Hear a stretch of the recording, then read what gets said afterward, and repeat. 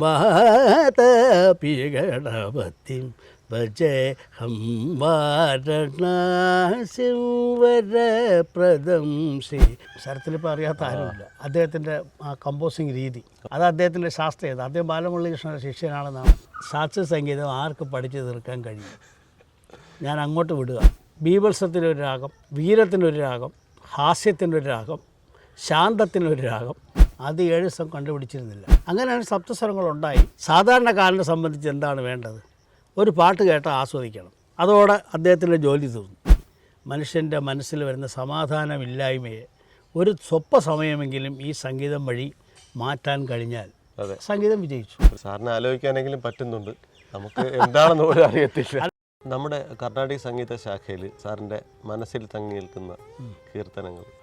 അതൊരു കുഴയ്ക്കുന്ന ചോദ്യമാണ്. കാരണം ശാസ്ത്രീയ സംഗീതത്തിൽ കൂടുതൽ എപ്പോഴും 100% ശ്രദ്ധിച്ച് അതിൽ തന്നെയാണ് നമ്മുടെ ജീവിതം തന്നെ കൊണ്ടുപോകുന്നത്. അപ്പോൾ ഇഷ്ടമുള്ള കീർത്തനം എന്ന് പറയാൻ അങ്ങനെ പ്രത്യേകിച്ചൊന്നും എനിക്ക് തോന്നുന്നില്ല. കാരണം ഓരോ കീർത്തനങ്ങൾ പരിശോധിച്ചാലും അതിൻ്റെ പവിത്രതയും അതിൻ്റെ രാഗത്തിൻ്റെ ഭാവവും ഒക്കെ അതിനകത്ത് എത്രയോ ഉൾക്കൊണ്ട കീർത്തനങ്ങളാണ് മഹാന്മാർ രചിച്ചിട്ടുള്ളത്. അതിന് 3 പേരുടെ പേര് പറയാം. ത്യാഗരാജസ്വാമികൾ, മുത്തുസ്വാമി ദീക്ഷിതർ, ശ്യാമശാസ്ത്രി. അത് കഴിഞ്ഞ് നമ്മുടെ കേരളത്തിൻ്റെ തനതായ ശാസ്ത്രീയ സംഗീത കീർത്തനങ്ങൾ എഴുതിയ സ്വാതിരുന്നാൾ. 4 പേര്.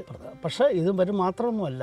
ഇവർക്കൊക്കെ മുമ്പ് ഈ സംഗീതത്തിൻ്റെ വളർച്ചയ്ക്ക് വേണ്ടി ഒരുപാട് സഹായിച്ച ഒരുപാട് വ്യക്തിത്വങ്ങളുണ്ട്. വ്യക്തിത്വങ്ങൾ എന്ന് പറഞ്ഞാൽ പോരാ, സംഗീത യോഗികളെന്നോ എന്നൊക്കെ നമുക്ക് വിശേഷിപ്പിക്കാം. 15-ാം നൂറ്റാണ്ടിൽ വെങ്കടമഹി ശാസ്ത്രജ്ഞൻ, അദ്ദേഹമാണ് മേളകർത്ത പദ്ധതി. മേളകർത്ത രാഗമാണ് നമ്മുടെ ശാസ്ത്രീയ സംഗീതത്തിൽ 72 രാഗങ്ങളാണ്, ശാഖയാണ് മേളകർത്താരാണ്. അത് മൊത്തവും ആ രാഗങ്ങൾ, ഓരോ രാഗങ്ങളും ഉള്ള രാഗങ്ങളെ 72 മേളകർത്ത പട്ടികയായിട്ട് അദ്ദേഹം മാറ്റി.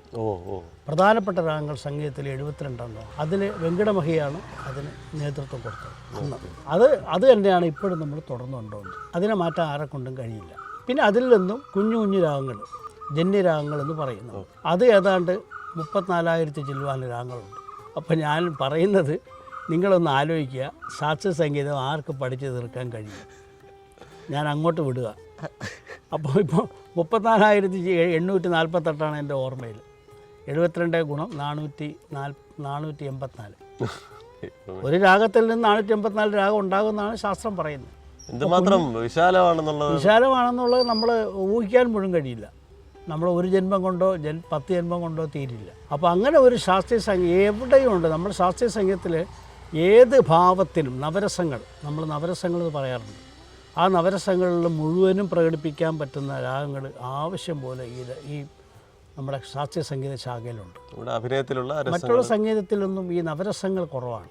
എല്ലാ രസങ്ങളും പ്രകടിപ്പിക്കാൻ പറ്റും. ഹിന്ദുസ്ഥാനി സംഗീതം നമ്മൾ എടുത്തു കഴിഞ്ഞാൽ അതിൽ കൂടുതലും എൻ്റെ അറിവ് വെച്ച് നോക്കുകയാണെങ്കിൽ കൂടുതലും ശോകമാണ് കൂടുതലും അതിനകത്ത് വരുന്നത്. പിന്നെ ഒരു സന്തോഷം എന്നുള്ള ഭാവം, അങ്ങനെ 2-3 ഭാവങ്ങളാണ് കൂടുതൽ വരുന്നത്. ക്ലാസിക്കൽ അങ്ങനെയല്ല.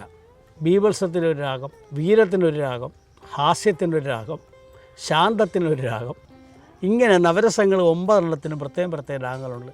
ഈ രാഗങ്ങളെല്ലാം പാടിയാൽ ആ ഭാവം നമുക്ക് ധ്വനിക്കും. അതിന് കഥകളി സംഗീതം എടുത്ത് നോക്കിയാൽ മതി. കഥകളിയിൽ വരുന്ന ആ ഒരു മുദ്രകളും അവരുടെ ഭാവങ്ങളും നോക്കിക്കഴിഞ്ഞാൽ അതിന് പറ്റിയ രാഗങ്ങൾ കഥകളിയിൽ ഉണ്ട്. അതെല്ലാം ഈ ശാസ്ത്രീയ സംഗീതത്തിൽ നിന്ന് അങ്ങോട്ടത്തേക്ക് മാറി വന്ന രാഗങ്ങളാണ്. ഇതിൻ്റെ ബേസ് എന്ന് പറയുന്ന ശാസ്ത്രീയ സംഗീതത്തിലുള്ള രാഗങ്ങൾ തന്നെയാണ്. സപ്തസ്വരങ്ങൾ തന്നെ മിക്സ് ചെയ്യുമ്പോൾ എന്തുമാത്രം അല്ല, സപ്തസ്വരങ്ങൾ എന്ന് പറയുമ്പോൾ നമ്മൾ ആദ്യം 3 സ്വരമാണ് ഉണ്ടായിരുന്നത്. പിന്നീടാണ് അത് 5 പിന്നെ 7 വന്നത്. ആദ്യം 7 സ്വരം കണ്ടുപിടിച്ചിരുന്നില്ല.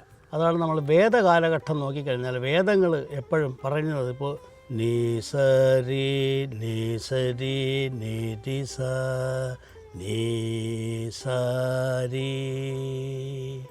നിരീസ നീസരി നീസരി നിസരി നിരീസ നീ. നിങ്ങൾ മന്ത്രോച്ചാരണ ഏതെങ്കിലും ക്ഷേത്രങ്ങളിൽ പോകുമ്പോൾ കണ്ടാൽ മതി. ഇതാണ് അതിൻ്റെ ബേസായിട്ട്. ഇതാണ് തുടക്കം.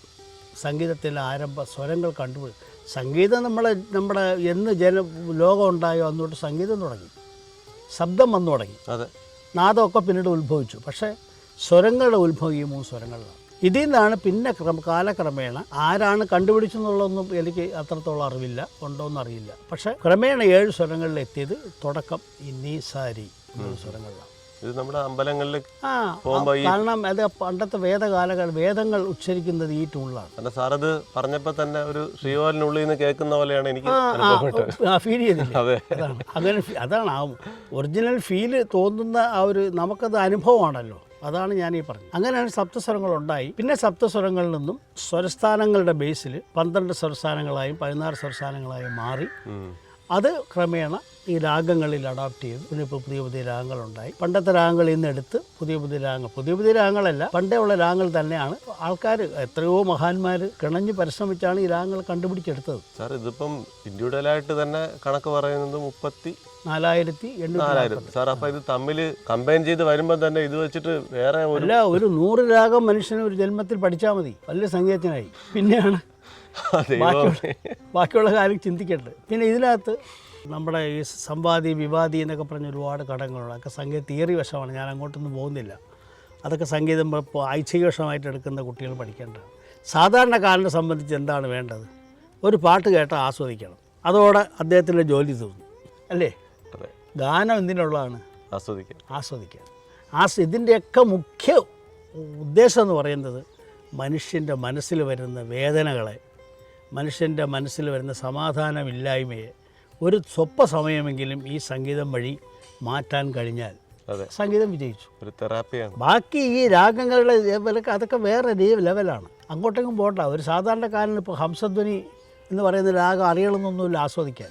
അവൻ താലോടിക്കും ഇങ്ങനെ ഏത് കിട്ടാൻ, അല്ലേ? വാതാപി ഗണപതിം ഭജേഹം, വാതാപി ഗണപതിം ഭജേഹം, വാതാപി ഗണപതിം ഭജേഹം, വാതാപി ഗണപതിം ഭജേഹം, വാതാപി ഗണപതിം ഭജേഹം, വാതാപി ഗണപതിം ഭജേഹം, വാതാപി ഗണപതിം ഭജേഹം, വാരണാസിം വരപ്രദം ശ്രീ വാതാപി ഗണപതിം ഭജേഹം, വാരണാസിം പരപ്രദം ശ്രീ വാതാപി ഗണപതിം ഭജേഹം.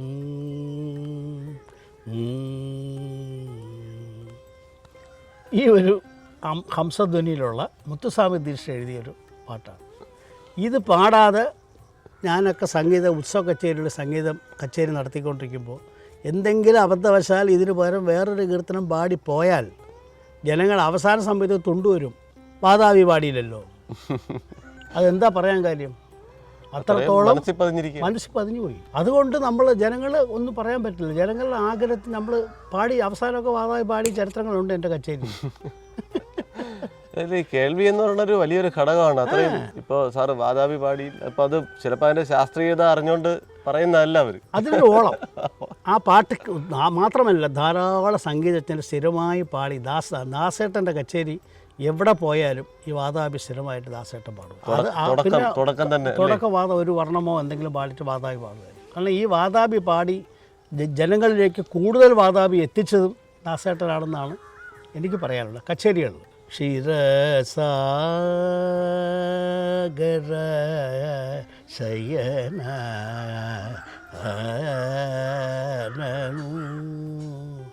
ഈ ക്ഷീരസാഗർ ദേവകാന്താരിയിലുള്ള ത്യാഗരാജസ്വാമികളുടെ കീർത്തനമാണ്. ആ കീർത്തനം ഇത്രയും ജനങ്ങളുടെ ഇടയ്ക്ക് കൊണ്ടുവന്നു ദാസേട്ടൻ്റെ കച്ചേരിയിലൂടെ. അത് നമ്മൾ സമ്മതിച്ചേ പറ്റൂ. ജനങ്ങളുടെ ഇടയിൽ, സാധാരണ ജനങ്ങളുടെ ഇടയിൽ ഇപ്പം സംഗീതം ആസ്വദിക്കുന്ന കുറച്ച് ജനങ്ങൾ വേറെയുണ്ട് ശാസ്ത്രീയമായിട്ട്. അവരുടെ ഇടയിലല്ല, കൂടുതലും സാധാരണ ജനങ്ങളിൽ കൂടുതൽ ഈ വാതാപിയും ക്ഷീരസാഗരയും പാവനഗുരു പവനോപദേശ അങ്ങനെയുള്ള കീർത്തനങ്ങളൊക്കെ കൊണ്ടുവന്ന് ദാസേട്ടൻ്റെ കച്ചേരിയിലൂടെ കച്ചേരി ആസ്വദിക്കുന്ന ഒരു സംഘം ആൾക്കാരെ ദാസേട്ടൻ ഉണ്ടാക്കി. ദാസേട്ടൻ്റെ ശബ്ദത്തിൻ്റെ ആ മാധുര്യം കൊണ്ട് ശാസ്ത്രീയത ആസ്വദിക്കുന്നു. അത് ശാസ്ത്രീയത ഒട്ടും കളയാതെയാണ്, കോംപ്രമൈസ് ചെയ്യാതെയാണ് ദാസേട്ടൻ പാടിയിരിക്കുന്നത്. കീർത്തനങ്ങൾ പുതിയത് പഠിക്കുമായിരുന്നു. എങ്ങനെ സമയം കണ്ടെത്തിയതാണ് ഞാൻ ആലോചിക്കുന്നത്. പുതിയ കീർത്തനങ്ങൾ ഏതോ ഒരു വലിയൊരു സംഗീതജ്ഞൻ്റെ വീട്ടിൽ വെച്ച് പഠിച്ച് ഓരോ കച്ചേരിക്ക് വരുമ്പോൾ ഒരു പുതിയ കീർത്തനം വെച്ച് അദ്ദേഹം പാടുമായിരുന്നു. നമ്മൾ വീണ്ടും ദാസിൻ്റെ അടുത്തേക്ക് പോവാണ്. അതെ, ഞാനിപ്പോൾ ചിന്തിച്ചാണ്, നമ്മളിപ്പോൾ 50 വർഷത്തെ മലയാള ഗാനശാഖയെക്കുറിച്ച് സംസാരിച്ച് വന്നു. പക്ഷേ നമ്മുടെ ഇതിൽ ഒരു 80% ദാസാറിനെ കുറിച്ച് നമ്മളിപ്പോൾ സംസാരിച്ചു കഴിഞ്ഞ് ഓട്ടോമാറ്റിക്കായിട്ട് വരുന്നതാണ് എന്ന് വിചാരിച്ചുകൊണ്ട് ആ കാലത്തും നല്ലവണ്ണം പാടിയിട്ടുള്ള ഒരുപാട് ഗായകന്മാരുണ്ട്. അതുപോലെ ഇപ്പോഴത്തെ ശരത്തിലിപ്പോൾ അറിയാത്ത ആരുമില്ല. അദ്ദേഹത്തിൻ്റെ ആ കമ്പോസിങ് രീതി അതും പക്ഷേ പെട്ടെന്ന് പാടി ബലിപ്പിക്കാൻ ബുദ്ധിമുട്ടാണ്. എല്ലാവരും കയറി എടുക്കാൻ പറ്റില്ല. അത് അദ്ദേഹത്തിൻ്റെ ശാസ്ത്രീയത. അദ്ദേഹം ബാലമുരളീകൃഷ്ണൻ്റെ ശിഷ്യനാണെന്നാണ്. ബാലമുരളീകൃഷ്ണൻ എന്ന് പറയുന്നപ്പോൾ പ്രതിഭയെക്കുറിച്ച് നമുക്ക് പറയാൻ 1 മണിക്കൂറൊന്നും പോരാ സംഗീതത്തിൽ. അദ്ദേഹത്തിൻ്റെ ആ കമ്പോസിങ് രീതിയും അതുപോലെ അദ്ദേഹത്തിൻ്റെ വോയിസും അദ്ദേഹത്തിൻ്റെ ശാസ്ത്രീയ സംഗീതത്തിലും ഉള്ള എല്ലാ സംഗീതം, അദ്ദേഹം സിനിമാ ഗാനങ്ങളും പാടിയിട്ടുണ്ട്. സംഗീതത്തിലുള്ള അറിവ് അദ്ദേഹത്തിനോടൊപ്പം വളരെ കുറച്ച് പേർക്ക് മാത്രമേ കിട്ടൂ. അതിലൊരു എപ്പിസോഡ് പോലെ അത് ഭീംസൻ ജോഷിയെ തൊട്ടാണ് തുടങ്ങിയിരിക്കുന്നത്.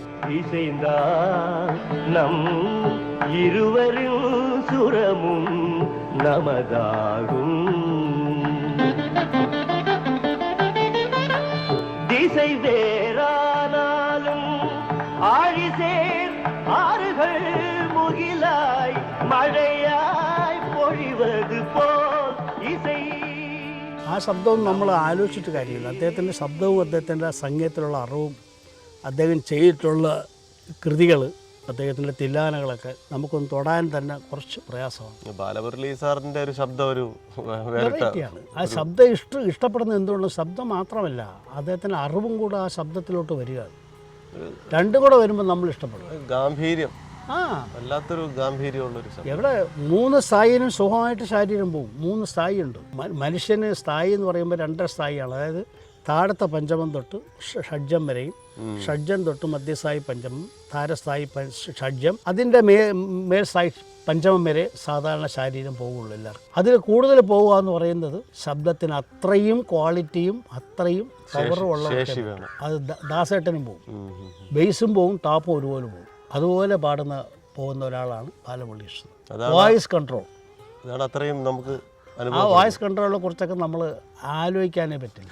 അതൊക്കെ ദൈവം കൊടുത്ത ഒരു വരമാണ്, അല്ല അവരായിട്ട് സിദ്ധിച്ചെടുത്തതെന്ന് മാത്രം പറയാൻ പറ്റും. സാറിന് ആലോചിക്കാനെങ്കിലും പറ്റുന്നുണ്ട്, നമുക്ക് എന്താണെന്ന് പോലും അറിയത്തില്ല. അല്ല, നമ്മൾ സംഗീതം പഠിച്ചത് കൊണ്ടാണ് അത് നമുക്ക് കുറച്ചെങ്കിലുമൊക്കെ, ഒരുപാടൊന്നും വിലയിരുത്താനുള്ള കഴിവൊന്നും ഇല്ലെങ്കിലും കുറച്ചെങ്കിലും വിലയിരുത്താൻ കഴിയുന്നത് നമ്മൾ സംഗീതം കുറച്ച് ശാസ്ത്രീയമായിട്ട് പഠിച്ചത് കൊണ്ടാണ്. അതിൻ്റെ ആ ഒരാൾക്ക് എത്രത്തോളം പോകാൻ കഴിയും ശബ്ദത്തിൽ, അതിനപ്പുറം പോകുക എന്ന് പറയുന്നത് അത് ഒരു അപൂർവ സിദ്ധി എന്ന് മാത്രമേ പറയാൻ കഴിയും. നമ്മുടെ ഒരു കാലഘട്ടത്തിൽ മിസ് ചെയ്യുന്ന ഒരു കാര്യം പെട്ടെന്ന് മനസ്സിൽ ഓർമ്മ വരികയാണ്. എന്ന് വെച്ച് കഴിഞ്ഞാൽ നമ്മുടെ സ്വാതന്ത്ര്യദിനം വരുമ്പോഴും ഇങ്ങനെയുള്ള വിശേഷ അവസരങ്ങൾ വരുമ്പോൾ ഇതേപോലുള്ള മ്യൂസിക്കൽ ലെജൻസിനെ വെച്ചിട്ട് ഉള്ളൊരു തീം സോങ് ഇറക്കുമല്ല. അല്ല, തീം സോങ്ങിൽ വരുന്നത് അത് എല്ലാ ഭാഷകളും നമുക്കൊന്നാണ്. അതെ, ഇന്ത്യയിലുള്ള എല്ലാ ഭാഷകളെയും നമ്മൾ ബഹുമാനിക്കണം. എല്ലാ ഭാഷകൾക്കും അതിൻ്റെതായ പവിത്രതയുണ്ട്. ആ ഒരു സന്ദേശം ജനങ്ങളിൽ എത്തിക്കാൻ വേണ്ടിയാണ് അങ്ങനെ ഒരു ഗാനശാഖ ഉണ്ടാക്കി. അത് കമ്പോസൊക്കെ ചെയ്യുന്ന ഒരു വലിയ വലിയ കമ്പോസേഴ്സാണ് ചെയ്യുന്നത്. പാടിയിരിക്കുന്ന എല്ലാ ലെജൻസാണ്. അപ്പോൾ അത് നമ്മളത് കേട്ട് കഴിയുമ്പോൾ നമുക്ക് ആ രാഷ്ട്രത്തിനോടുള്ള ഒരു ബഹുമാനം, രാഷ്ട്രത്തെ എങ്ങനെ നമ്മൾ സേവിക്കണം എന്നുള്ള ഒരു സന്ദേശം ആ ഗാനങ്ങളിൽ വരാറുണ്ട്. അത് ഒരു പ്രത്യേകത തന്നെയാണ് ആ ഗാനങ്ങൾ കേൾക്കുമ്പോൾ നമുക്കുള്ളത്. ഞങ്ങൾ മോഡൽ സ്കൂളിലൊക്കെ ഇരിക്കുമ്പോൾ ആഗസ്റ്റ് 15-ന് സ്റ്റേഡിയത്തിൽ നമ്മൾ കുട്ടികളെ കൊണ്ടുപോകും. അപ്പോൾ അതിൽ അതിനൊക്കെ വന്നിട്ടുണ്ടോ എനിക്കറിയില്ല. ആരെയൊക്കെ ബസ്സിൽ കയറ്റി കൊണ്ടുപോകാറുണ്ട്. അവിടെ മോഡൽ സ്കൂളിലെ കുട്ടികളായിരിക്കും ഏറ്റവും കൂടുതലാണ്. ഒരു ബസ് 2 ബസ് നിറച്ചും കാണും ചിലപ്പോൾ. അപ്പോൾ അവിടെയൊക്കെ ചെല്ലുമ്പോൾ ആ സമയത്ത് എനിക്കൊരു ഭാഗ്യം ഉണ്ടായിട്ടുണ്ട്. 1-2 പാട്ടുകൾ കമ്പോസ് ചെയ്യാനുള്ള അവസരങ്ങൾ എനിക്ക് കിട്ടിയിട്ടുണ്ട്. ഇപ്പോഴും നമ്മൾ വന്ദേ മാതരം പാടും, തേ മാതരം, ആ പാട്ട് എപ്പോഴും പാടും. അത് കഴിഞ്ഞ് നമ്മൾ ജനഗണമനയും പാടും. പക്ഷേ അതിനിടയ്ക്ക് വരുന്ന ദേശഭക്തി ഗാനങ്ങൾ എല്ലാം നമ്മൾ കേട്ടിട്ടുള്ള, ഇപ്പോൾ സാരേ ജഹാം സേ അച്ഛ, അതാണ് സ്ഥിരമായിട്ട് നമ്മൾ പാടിയത്. സാർ, അതിൽ ഞാനും നിന്ന് പാടിയിട്ടുണ്ട്. ഗവൺമെൻറ് ഉദ്ദേശിക്കുന്നത് വേറൊന്നുമില്ല, ആ കുട്ടികളിലൂടെ ദേശസ്നേഹം വളർത്തുക. എത്രയും കുട്ടികൾ ഫ്രണ്ട്സ് എല്ലാം കൂടെ ഒരുമിച്ച് സ്കൂൾ ബസ് വരുന്നു, അതിൽ കയറുന്നു. കുട്ടികൾ പലപ്പോഴും ഞാനിവിടെ വന്നോട്ടോ സാർ, എന്തിനാണ്, പാടാൻ അറിയാമോ, പാടാൻ അറിഞ്ഞൂടാ, പിന്നെ എന്തിനാണ് നിന്നെ കൊണ്ടുപോകണത്, പക്ഷെ നിന്നെ കൊണ്ടുപോകാം, പക്ഷേ സൂക്ഷിച്ച് അവരെ കൂടെ പാടിക്കോളും, നീ ഒറിജിനൽ ശബ്ദം പുറത്തെടുക്കരുതെന്ന് വരെ ഞാൻ പറഞ്ഞിട്ടുണ്ട്. കാരണം അവന് പാടാൻ അധികം കഴിവില്ലാത്ത കുട്ടിയാണ്. പക്ഷേ അവന് ആഗ്രഹം, നമ്മളതിനെ ഇല്ലാതാക്കാറില്ല. അവനെ കൂടെ നമ്മളെ കൂടെ കൊണ്ടുപോയി ക്രമേണ അവൻ എന്ത് പറ്റുന്നില്ല, കുറേ കഴിയുമ്പോൾ അവൻ പാടിയിട്ടുണ്ട്. അങ്ങനെയൊക്കെ സംഭവിച്ചിട്ടുണ്ട് ഒരുപാട്. കുട്ടികളെ നമ്മൾ ഒരിക്കലും നിരുത്സാഹപ്പെടുത്താൻ പാടില്ല. അവർ ഉള്ള സംഗീതം എത്രയാണെന്ന് നമുക്ക് അറിയാൻ പറ്റില്ല, പാടി കുറേ കഴിയുമ്പോഴേ അറിയാൻ പറ്റുള്ളൂ. ആ ബസ്സിൽ കയറാനായിട്ടൊക്കെ നമ്മൾ മത്സരിച്ച് ഓടിയിട്ടുണ്ട്. അതിൽ കുറച്ച് വേറെ കാര്യമുണ്ട്, ക്ലാസ്സിൽ നിന്ന് കട്ട് ചെയ്ത് പോകാമല്ലോ, അങ്ങനെ ഒരു തോന്നലും ചില പിള്ളേരിലുണ്ട്. ഇല്ലെന്ന് നമ്മൾ ഉള്ള കാര്യം മറച്ചു വയ്ക്കാൻ പാടില്ല. പക്ഷേ അതിനേക്കാളും കൂടുതൽ നമ്മൾ പിന്നെ അതിന് പ്രാധാന്യം കൊടുക്കുന്നത് ഇപ്പോൾ സ്റ്റേഡിയത്തിൽ പോയിട്ട് വരുമ്പോൾ ആ കുട്ടികൾക്ക് അത്രയും സമയം രാഷ്ട്രത്തിനോടുള്ള ഒരു സ്നേഹം, അവിടെ പ്രസംഗിക്കുന്ന ആൾക്കാരുടെ ആ പ്രസംഗം കേട്ട് അവിടെ നടക്കുന്ന ആ പരേഡിൻ്റെ ഒരു യൂണിഫോമിറ്റി, അതെ അതെ അല്ലേ, ഇതൊക്കെ കുട്ടികൾ കാണുമ്പോൾ കുട്ടികൾ അറിയാതെ തന്നെ അവരിലൊരു യൂണിഫോമിറ്റി ഉണ്ടാവാറുണ്ട്. അതാണ് ഏറ്റവും വലിയ കാര്യം. ഒരുമിച്ച് ഇന്ന് സാരേ ജഹാ സേച്ഛയൊക്കെ പാടിയിട്ടുള്ള അത് ആ വലിയ സെൻട്രൽ സ്റ്റേഡിയം അവിടെ നിന്നത് നമ്മുടെ യൂണിഫോം ഇട്ട് പാടിയതൊക്കെ ശരിക്കും അത് വല്ലാത്തൊരു ഫീലാണ്. കാരണം ദേശീയഗാനം കേൾക്കുമ്പോഴും ഈ മാർച്ചിങ് ഇതൊക്കെ കാണുമ്പോഴും തീർച്ചയായും ശരിക്കും ഒരു രാഷ്ട്രബോധം, ദേശീയത തന്നെ ഉണരും. രാഷ്ട്രബോധത്തിന് വേണ്ടിയാണല്ലോ നമ്മൾ ഇതെല്ലാം ചെയ്യുന്നത്. അത് അർഹിക്കുന്ന ഗൗരവത്തിൽ നമ്മളന്ന് സ്കൂളിലിരിക്കുമ്പോൾ നമ്മൾ കണ്ടു, ഇപ്പോഴും തുടർന്നുകൊണ്ട് പോകുന്നുണ്ട്. അത് വലിയ കാര്യം തന്നെയാണ്. ചലച്ചിത്ര അക്കാദമിക്കും സംഗീത നാടക അക്കാദമിക്കും നമ്മുടെ സ്കൂൾ തലത്തിൽ എന്തൊക്കെ കാര്യങ്ങളായിരിക്കും ചെയ്യാൻ പറ്റുന്നത്? അല്ല, സംഗീത അക്കാദമി, കേരള സംഗീത അക്കാദമി എന്ന് പറയുന്നത് വേറൊരു ബോഡിയാണ്. പക്ഷേ സ്കൂളിൽ ഇടപെടാനൊക്കെ കഴിയും. കാരണം സ്കൂളിൽ ഇടപെട്ട് വരുമ്പോൾ അതിൻ്റെ ഒരു ഗുണമെന്ന് പറയുന്നത് ആ സ്കൂൾ പ്രായത്തിൽ തന്നെ കുട്ടികളെ കലാരംഗത്തേക്ക് കൊണ്ടുവരാനുള്ള ഒരു എളുപ്പ വഴികളാവും. സംഗീത അക്കാദമി പോലെയുള്ള കലാസ്ഥാപനങ്ങൾ ഇൻവോൾവ് ചെയ്ത് സ്കൂൾ കുട്ടികൾ പല എല്ലാ സ്കൂളുകളിലും പോയി ആ സ്കൂളുകളിലുള്ള കലാവാസനയുള്ള കുട്ടികളെ പ്രോത്സാഹിപ്പിക്കാനായിട്ട് സംഗീത അക്കാദമിക്ക് ചെയ്യും. പക്ഷേ അവർക്ക് ഇപ്പം തന്നെ പിടിപ്പത് പണി ഉണ്ടെന്നാണ് എൻ്റെ അറിവ്.